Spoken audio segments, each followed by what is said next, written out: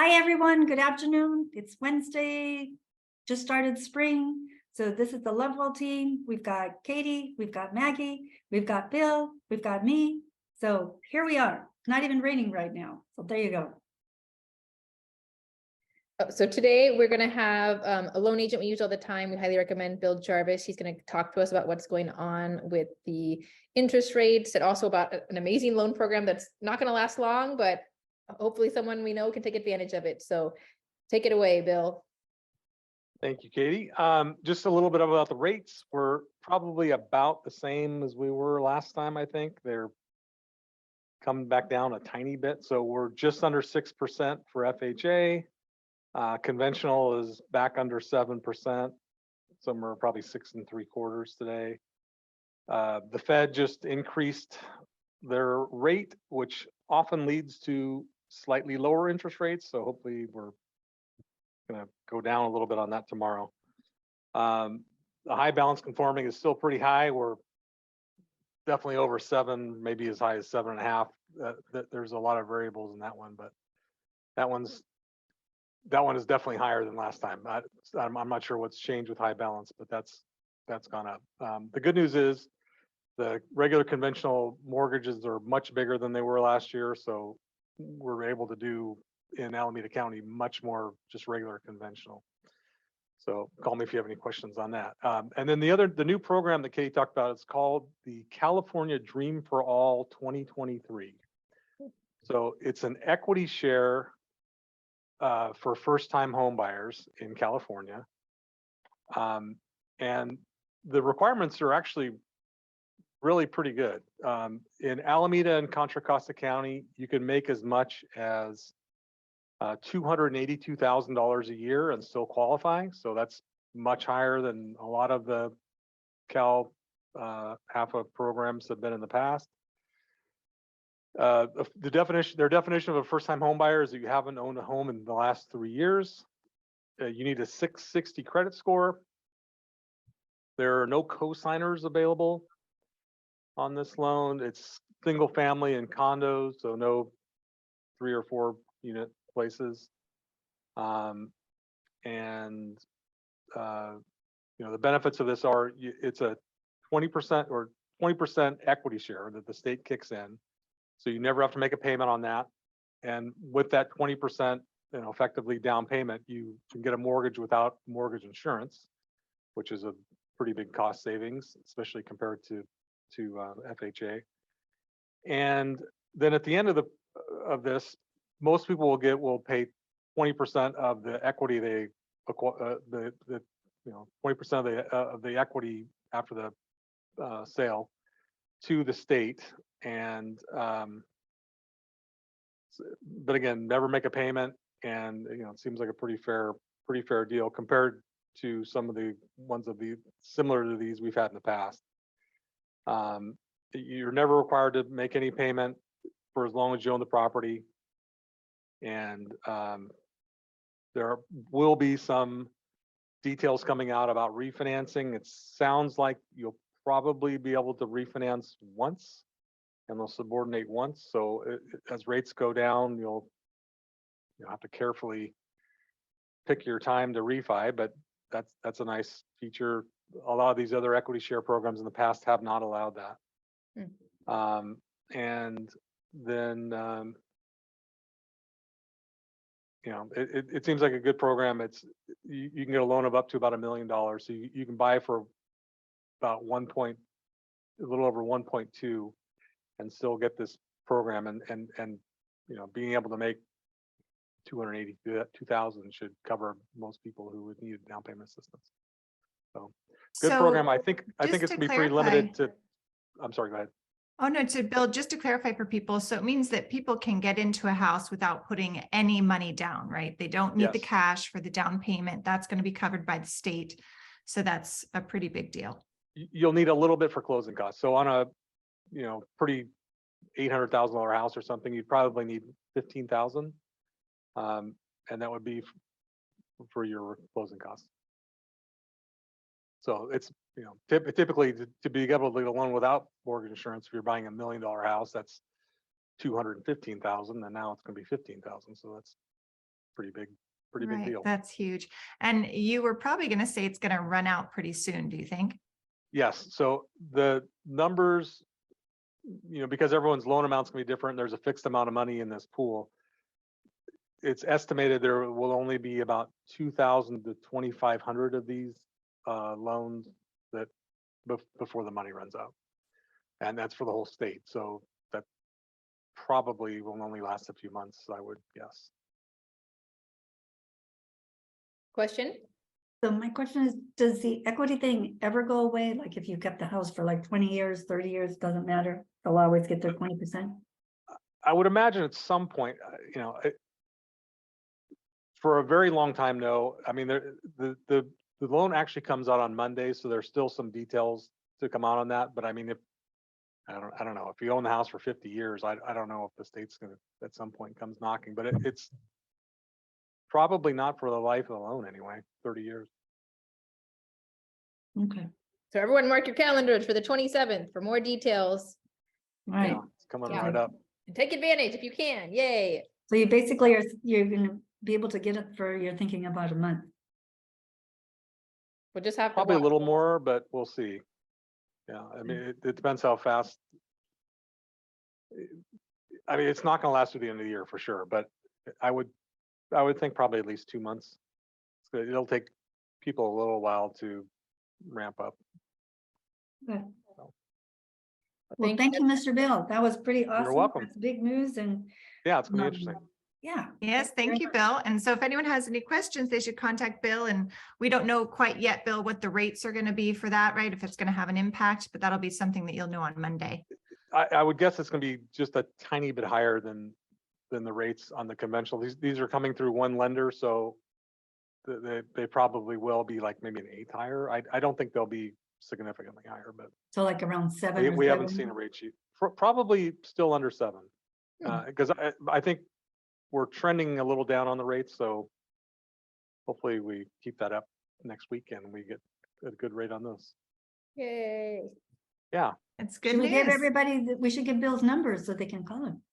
Oh yeah. Well, my phone number is 510-828-2455. Thank you, wonderful Bill. Thank you, Thank you. Bill. Okay, I'll talk to you soon. Bye. Yay. Okay. All right. Continuing on. That was great from Bill. We'll do a quick run through of the latest stats of what's going on in the different cities in the Bay Area that we kind of focus on. So I'm going to go ahead and share my screen. And actually, I'll make this bigger. Ooh, yes. Okay. So starting with Fremont, as was expected, because we were definitely seeing the signs a month ago. It didn't show that the market was going up, but all our listings were getting multiple offers, and is definitely reflected in many of these cities that we're going to go through today. So for Fremont, you can see from January to February, it's tough because they don't actually show at the bottom this level is, but it looks, I don't know. Yeah, it looks like it was 1.3 there for the median sale price. And then we shot up to 1.445 for the median sale price in February. So, we've got that over $100,000 jump. And it seems like we're going to see a little bit of a trend today that the trough came and went for some of these cities. Yes, yes, I forgot. Thank you. I was looking, I forgot to actually give you the numbers down here. So that was very good. Thank you, Margaret. Right. It looks Okay. like there's like 42 units on the market, 42. Yes, in terms of active homes, Right. which was about how many were, well, a little bit more than last year, but okay. Next city, Hayward, just as Margaret pointed out, median sales price, not as steep as Fremont, but definitely there's been an increase since January of about $22,000. And Castro Valley, the median sales price, again, not a huge uptick, but it's definitely trending up. So And that's what we saw, Katie, didn't we, with our recent listing? Everything we were looking at in that area, like you said, it was just so many offers coming in compared to months prior. So that was kind of that little tip to us to think, okay, stuff is going to change. We've probably hit the bottom to some degree and we're going to start going back up. Exactly. It's no longer the day, unfortunately, for buyers that you may be the only buyer or that you can get the, possibly under the list price. Now you're competing with the, typically minimum 3, 4, 5, 10, multiple buyers. So fortunately, you're going to probably waiving contingencies, or 1, 2, or all 3 to, again, to be competitive. But let's continue going through. San Leandro is actually the median sales price went down. But again, I think overall, we're going to see that change very soon. Although the average sales price, just to give you a different statistic, did go up. But again, I think if we don't see it this month, I think we'll definitely see an uptick next month. Alameda is doing its own thing, which it also did last year. I don't know if it's behind or ahead, what it's doing, but I think it was behind. So I think it's still behind. So it's still showing that it's going down.